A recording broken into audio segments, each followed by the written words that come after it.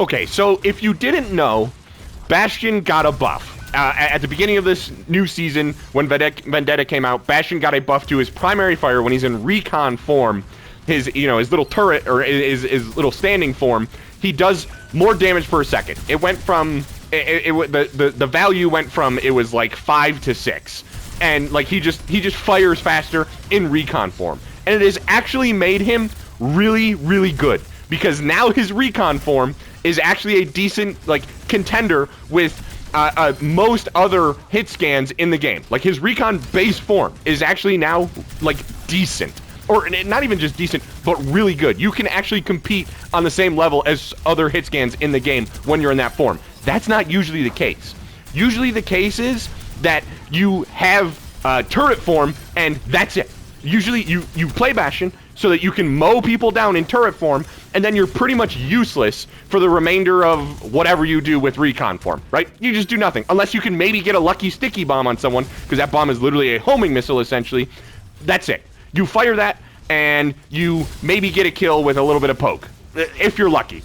But now, it's just not the case. Now, Bastion can compete with every single hit scan at almost every range. Obviously, there are certain ones that can outrange him ridiculously well, but still, his fire rate is so good that he can actually duel people. And, you know, pair a Mercy Pocket with that, and he's actually broken. I'm actually winning GM games just by having a Mercy Pocket while I'm playing Bastion. I know, it's disgusting. We all hate hit scans here, but I can't help it. It's so much fun. I actually do kind of enjoy Bastion a little bit before even these changes. I've loved his perks, especially. His perks are so fun because the fact that they did this crazy change with his recon form isn't even like what pushes me over the edge with it. It's his perks. You can actually play Bastion in multiple different and multiple fun ways, right? Like, you can take his bomb perk, and what his bomb perk does is every time he changes forms, he gets the bomb back, the secondary fire bomb.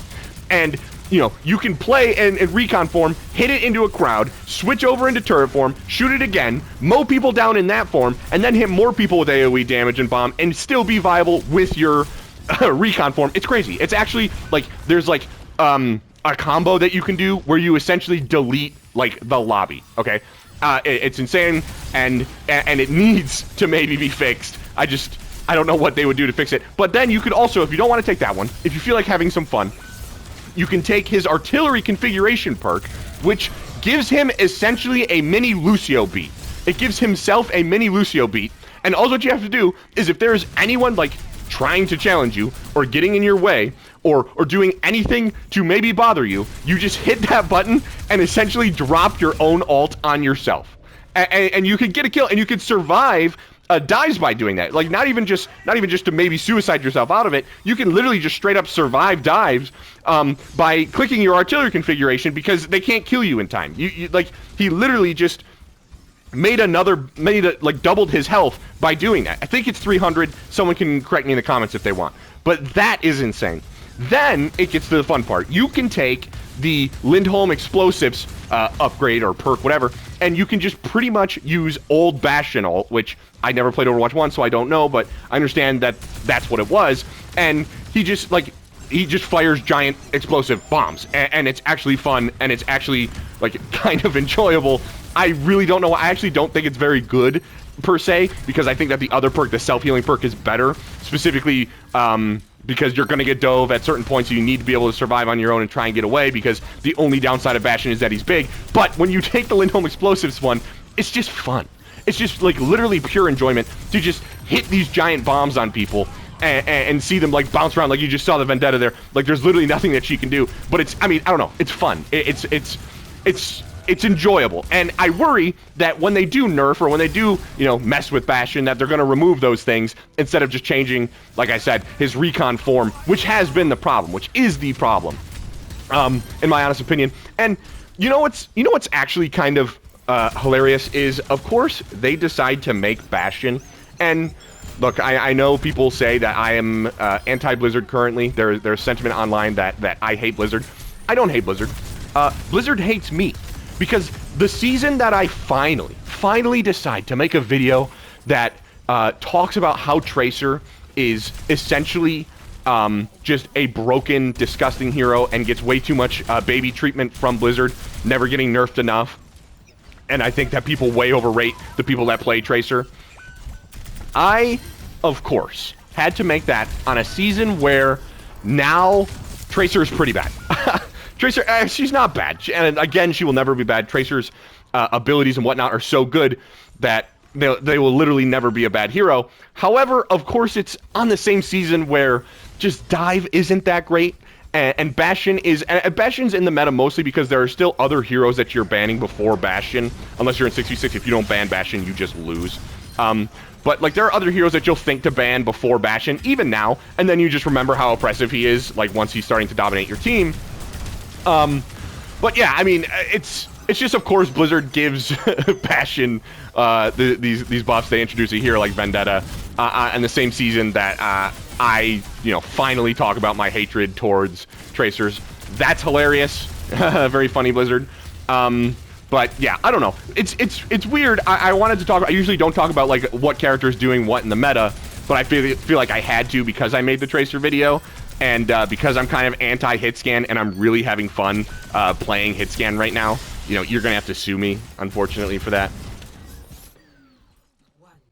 But the reason that you can really say that he's meta right now, even with, bans and whatnot, is because he kind of gets away with it, right? Like, he kind of can... You can always still beat a Bastion, right? Especially with how Sigma is really, really meta right now, and Vendetta is actually still pretty good into Bastion. But, like, there's ways to block out a Bastion, especially at high levels. And with Sigma, oh my god, I really don't know why they had to do the Sigma change. He just does so much damage now, and Sigma is so overkitted. And Sigma can fly, by the way. Just in case you didn't know, he has a perk that he can fly. I'm sure sometimes you randomly run into a Sigma and he's flying. And you just forget about it because he's supposed to be Sigma. The only thing he's supposed to not have is movement. But... he has movement. Sigma's a problem. Sigma does too much damage. They also, I'm reminded because I'm playing Junkrat here, but they also did change Junkrat's projectile speed, I believe, and it's actually felt crazy. Like I'm hitting so many more bombs on Junkrat, and it's funny because they're buffing heroes like Junkrat and Bastion in this time frame where a skilled hero like Tracer, the skilled hero like Tracer, isn't very good, and whatever, of course, it's just to prove me wrong, guys. It's just another thing to represent how wrong I always am. It's actually not Blizzard, it is me, guys. It is me, and I understand that, and I should really start apologizing for it, if you think about it. But yeah, I don't know, this season has been fine. I've enjoyed it. I like Vendetta a lot. I don't really like playing against her. I like playing her. Playing against her is torture. Even on Reaper, like, she just kind of owns Reaper, unfortunately, because she does the same thing Reaper does, except for she has a little bit of armor, and Reaper's terrible against armor ever since the changes. But yeah, I don't know. You guys gotta let me know, obviously, always, how much you hate Bastion currently and how wrong I am for saying that he's a fun hero. And how much you hate Junkrat, and please tell me how much you currently hate Sigma, because I think Sigma is now officially underneath my D.Va hatred right now. Sometimes it switches based on who's the meta tank, right? Obviously Orissa's usually there. Sometimes it's Zarya, sometimes whatever. But currently it is D.Va way at the top, per usual, because D.Va is the anti-fun hero, the overkitted anti-fun hero. And Sigma is just a slightly more dumbed-down version of D.Va, if you really think about it. If you really want to compare their kits, think real long and hard about this one. D.Va just has more movement. That's about it. But yeah, again, let me know. Please let me know. And I'll talk to you guys in the next one. Bye.